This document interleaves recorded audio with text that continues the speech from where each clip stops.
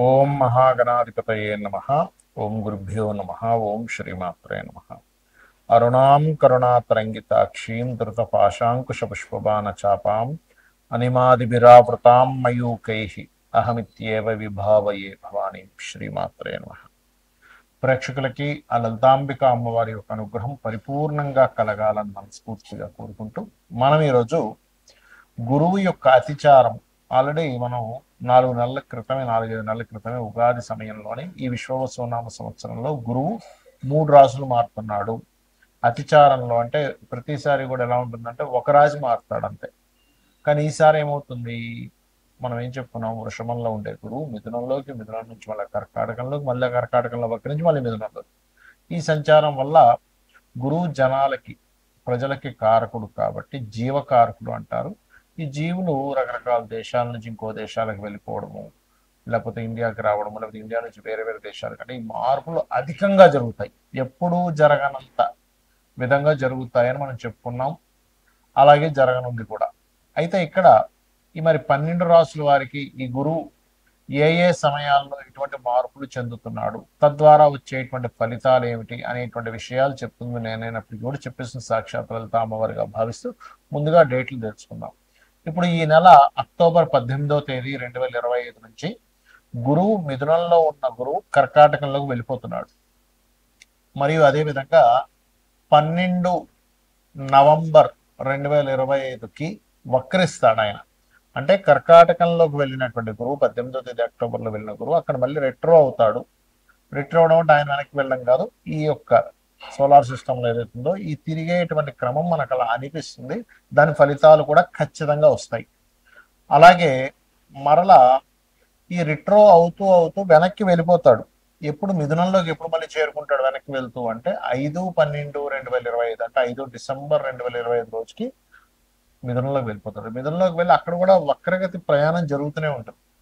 జరిగి ఆయన స్ట్రైట్ అవ్వడము అంటారు. అంటే అతను పూర్తిగా ఒక స్థితి రుజుగతిలోకి రావడం, వక్రగతి పోయి 11/3 అంటే 11వ తేదీ 3వ నెల 2026 రోజు స్ట్రైట్ అవుతాడు.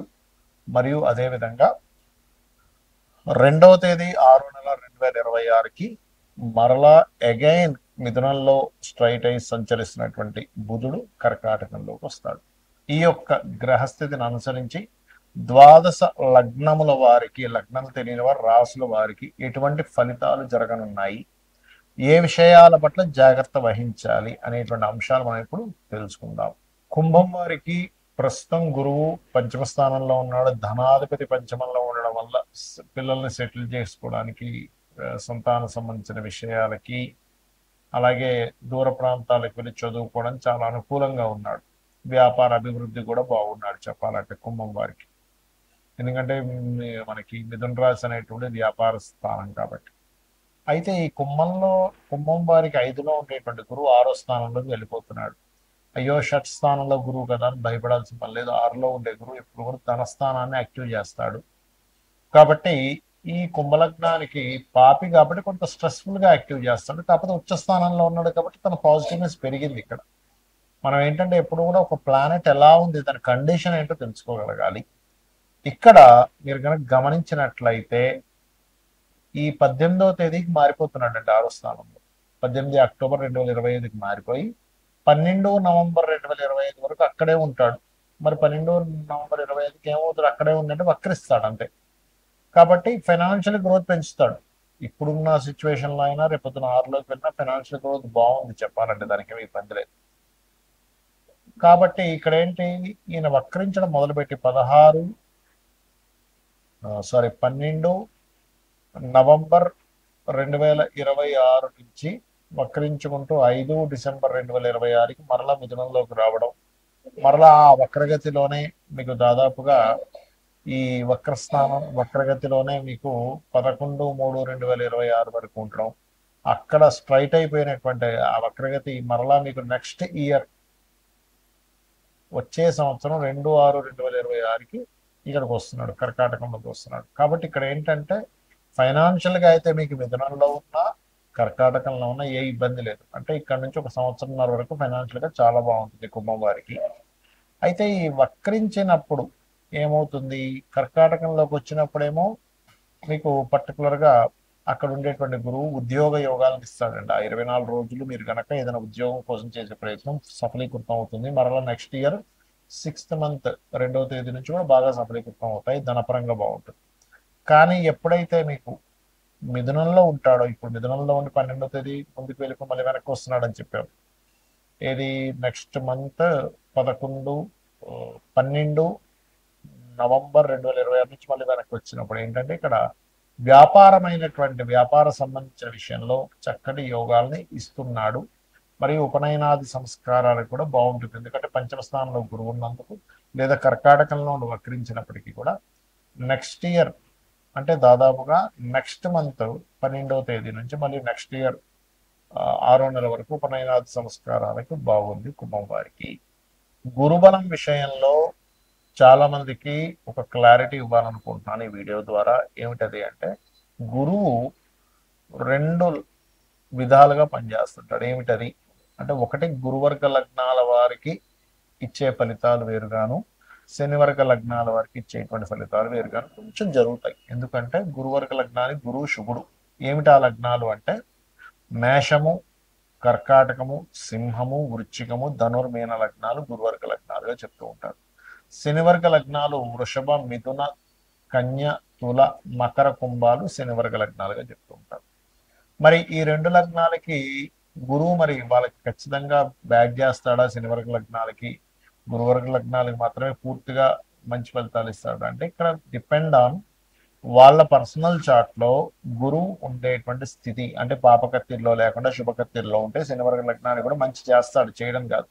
కానీ ఎంతైనా గురువర్గ లగ్నాలకే ఎక్కువ సపోర్టివ్ గా ఉంటుంది.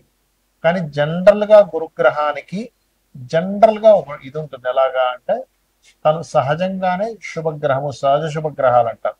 Natural benefit planet, functional benefit planet అని ఉంటుంది. అంటే ఆ లగ్నాన్ని శుభుడా కాదా అనేది వేరు, సహజంగా శుభత్వం ఉండేటువంటి తత్వం వేరు గురువుకి.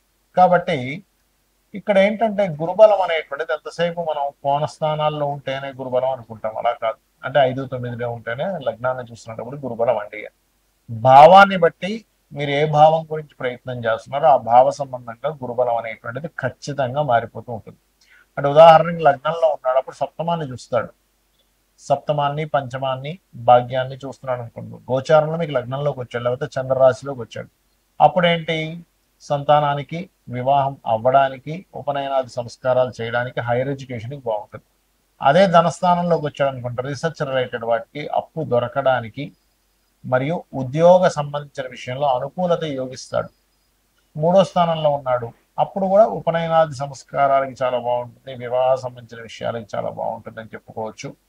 మరియు అదేవిధంగా విదేశాలకి, ఐ మీన్ లాభాలు, విదేశాలకు కాదండి, ఏదైనా వ్యాపార లాభాలు, సక్సెస్ రేట్ పెరగడానికి బాగుంటుంది 3లో ఉన్నప్పుడు. అందుకని 3లో గురువు ఉన్నాడండి మన పని అయిపోయింది అనుకోవడానికి లేదు. ఎందుకంటే గురువు ఏ గ్రహాలను ఏమి, ఇంకోటి ఏంటంటే మీ పర్సనల్ చార్ట్లో ఉండే గ్రహాలను యాక్టివ్ చేస్తాడు, మీ పర్సనల్ చార్ట్లో ఉన్నటువంటి భావాలను యాక్టివ్ చేస్తాడు. అయితే ఇవన్నీ కూడా మీ యొక్క జన్మజాతకంలో ఉన్నటువంటి గురువు యొక్క స్థితిని బట్టి ఆధారపడి ఉంటుంది అనే విషయాన్ని గుర్తుపెట్టుకోవాలి. ఇక 4లోకి వెళ్ళాడు, 4లో వెళ్ళినప్పుడు ఆయన వీక్షణలు ఎక్కడెక్కడ ఉంటాయి అని చెప్పి చూసుకున్నట్లయితే, 4లో ఉన్నప్పుడు సర్వసాధారణంగా అష్టమ భావం మీద ఉంటుంది. కాబట్టి చదివేటువంటి విద్యా సంబంధించిన విషయంలో రీసెర్చెస్ ఓరియంటెడ్ గా చాలా చాలా బాగుంటుంది, అందులో ఎటువంటి సందేహం లేదు. అలాగే మరొక విషయం ఏంటంటే, చదివేటువంటి చదువు విషయంలో ఉద్యోగానికి తోడ్పడేటువంటి విద్యను అభ్యసిస్తారు అని చెప్పొచ్చు.